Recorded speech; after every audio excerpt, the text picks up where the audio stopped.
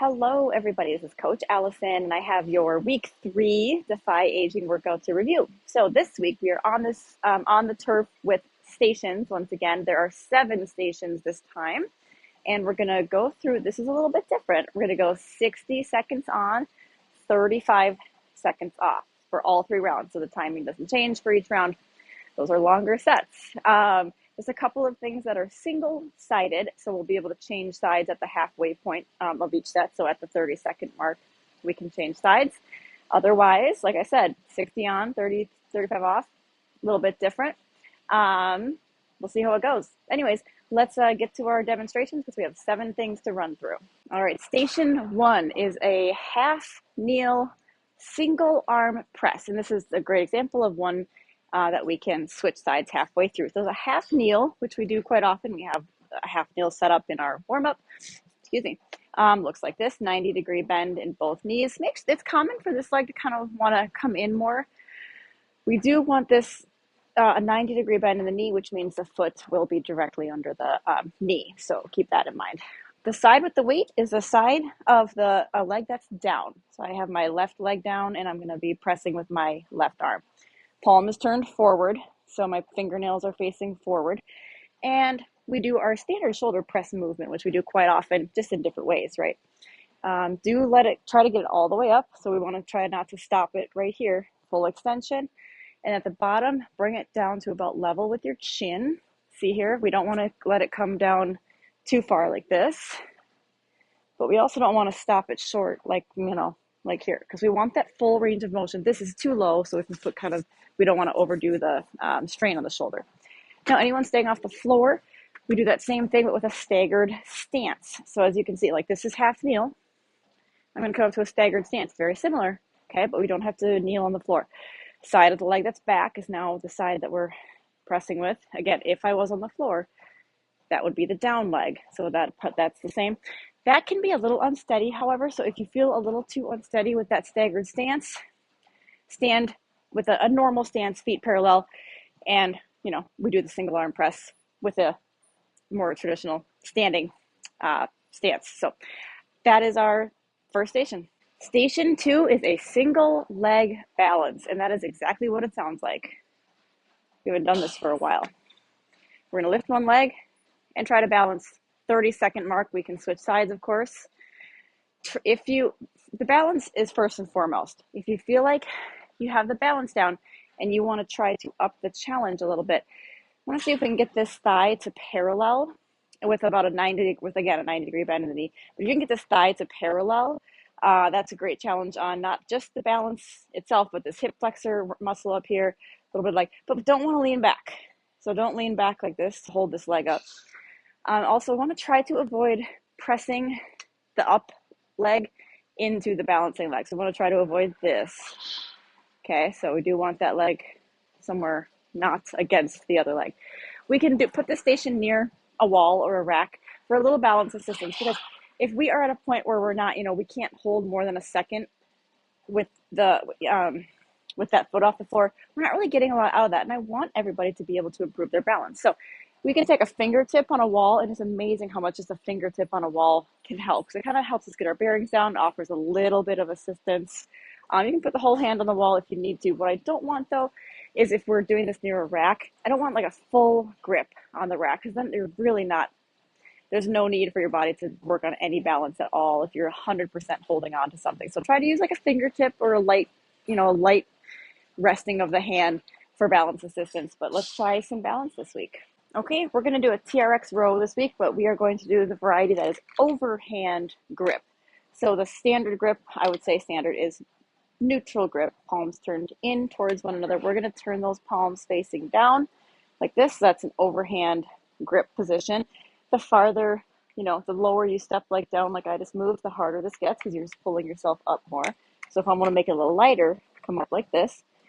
Okay, and we keep that overhand grip. I would say don't overthink what happens with the arms when you do an overhand row. So my hands, I don't know if you can see, maybe if I turn a little like this, my hands are close together when my arms are extended. As I row my body up, the hands just naturally spread apart because your body has to go between your hands. So you don't have to consciously think about opening up your arms. As you row, your hands just naturally spread and then your body goes that way. One other thing to keep in mind, wrist, straight, strong wrist. Don't come up and do this with the wrist, okay? And don't come up so far that you take the tension off the straps. So we're not doing this. If you're able to do that, you have it too easy. You got to step down to make it harder.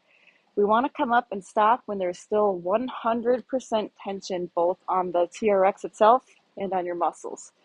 So I'm not flinging up and then creating that slack in the TRX. All right, a lot of little things to remember there, but we're going to try that overhand grip this week on our back row. Next station is a hip thrust, otherwise known as a glute bridge. It's kind of the same. It's all lots of different names for the same things sometimes. So we're down on our back, legs bent, head completely down on the floor. I recommend putting your palms up. And that is because when we press the arms into the floor just for basic leverage, when our palms are down and we press our arms down, watch what happens to my shoulders. My shoulders kind of stick up when you press down. We never want protruding shoulders. So if your palms are facing up and you press down on the floor, what naturally happens is your shoulders actually retract. They go down more. And that is just a little side tip about shoulder safety. Anyways, the movement itself, though, is this hip thrust. So even pressure over, through your feet, pressing into the floor. So I don't want anyone to be using just the heels like this, okay? And we don't want to use just the toes like that. So we want even pressure over the four corners of each foot. Get your hips up as high as you can so you feel your butt kind of squeezing. And it's never wrong or bad to do a half second or a 1 second pause at the top of the movement. So right here, pause, down, pause, down. And that just helps you ensure that you're getting a good contraction in those glutes. And anyone staying off the floor, I think it's a tricky one. I'll let your coach decide depending on who's in your session, experience level of each participant. Something that is glute and hamstring focused is a good alternative. That could be a kettlebell or a dumbbell deadlift, because that, I know it looks very different, of course, but it's a glute and hamstring focus.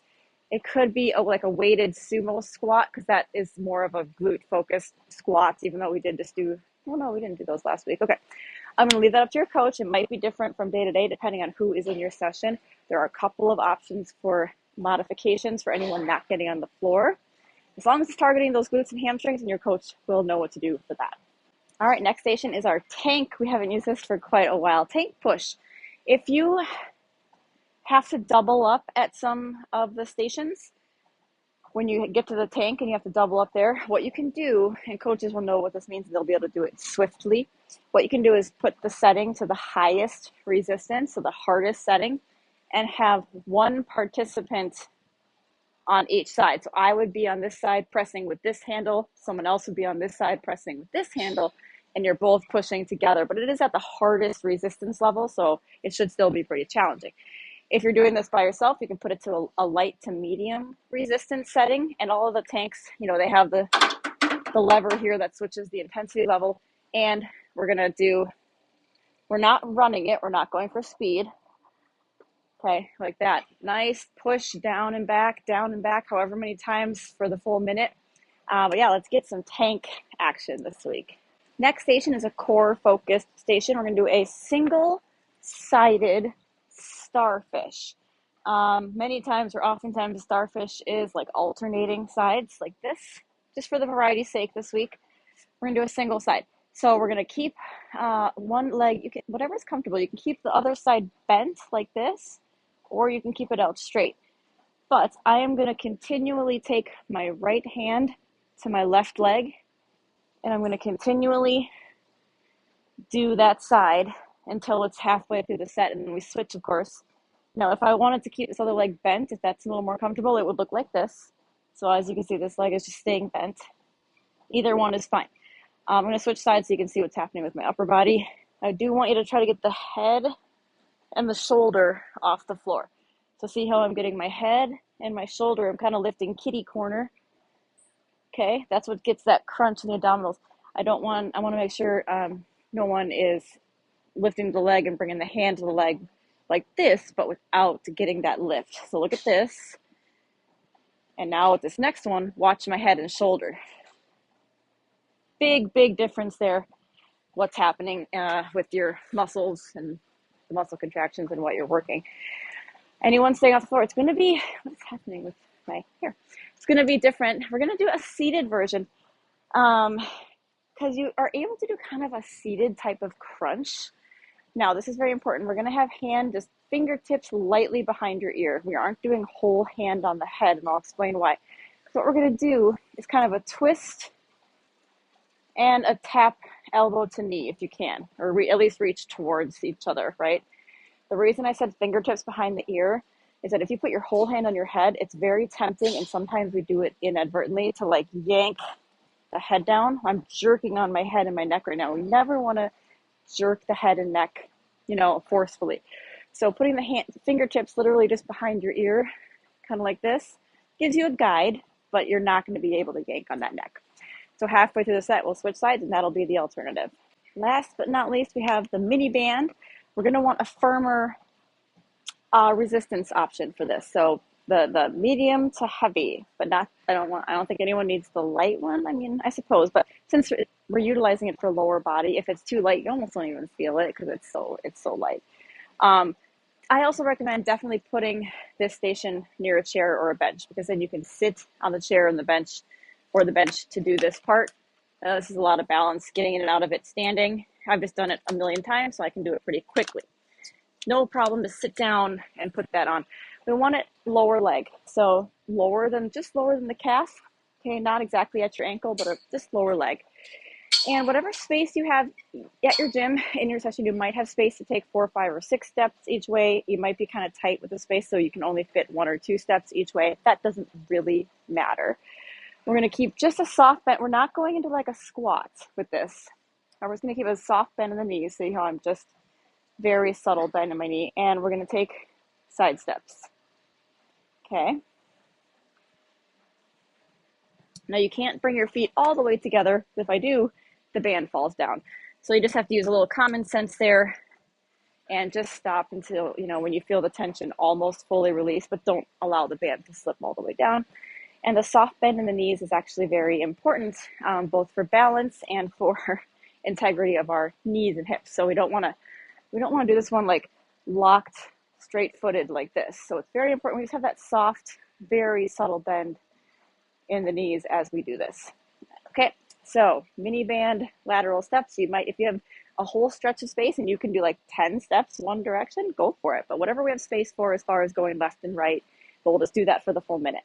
Okay, our team builder, it's going to be short and sweet because this is a slightly longer routine. So we might not have a ton of time for setup and explanation and all sorts of things. So everyone's just going to line up on the turf, and we're going to do a tandem walk, which is doing our heel toe walk like this, down and back once. So go at your own speed. It's not a race. Okay, so please don't feel like if a couple people are farther ahead of you, don't feel pressured to go faster than you are ready for. So keep that in mind. Everyone is working to their own level.